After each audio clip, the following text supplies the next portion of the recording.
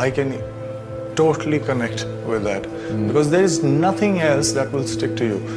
I don't know whether people get it or not, but I have started from nothing, absolutely nothing.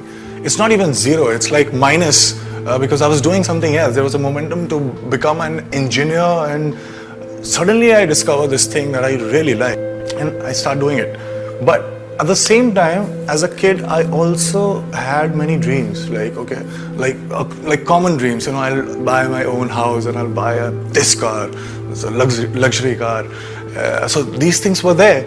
And now when I started following my my dream, in the sense of changing my career, I started earning money to an extent that I could actually afford all these things. What happened that while I was doing my work, I also was realizing this fact that everything that I stayed with for so many years, for like 20 years of my life, thinking that one day I'll get this and then I'll arrive, I'll be successful. Those things just stayed with me for a few days. The only way to go is to be myopic. So another goal, but it doesn't give you anything. The entire process will bore you until unless you get something, and it will just hit you for like few days and then again. So it's like 95% of boredom and 5% of excitement. But if you do something every day that excites you, you will get all those things, you'll get the spikes in between, but at the same time you're enjoying the entire process.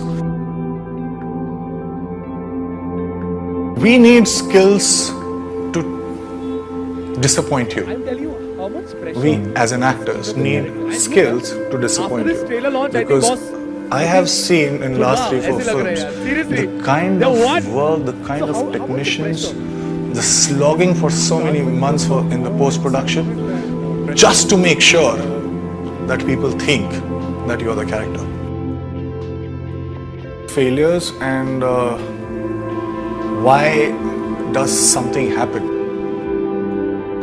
Like failures, it's extremely important. I think I would value a massive failure more than a mediocre success.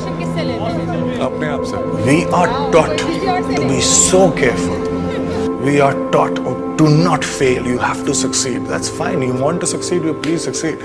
But being careful is the problem. You need to learn how not to be careful. You need to try different things. Only then, once in like 100 times or 200 times, you'll hit on something that's completely fresh. And that's gonna change everything for everybody. So it makes sense looking backwards, but it doesn't do anything looking. I cannot prepare myself for anything that's coming in the future.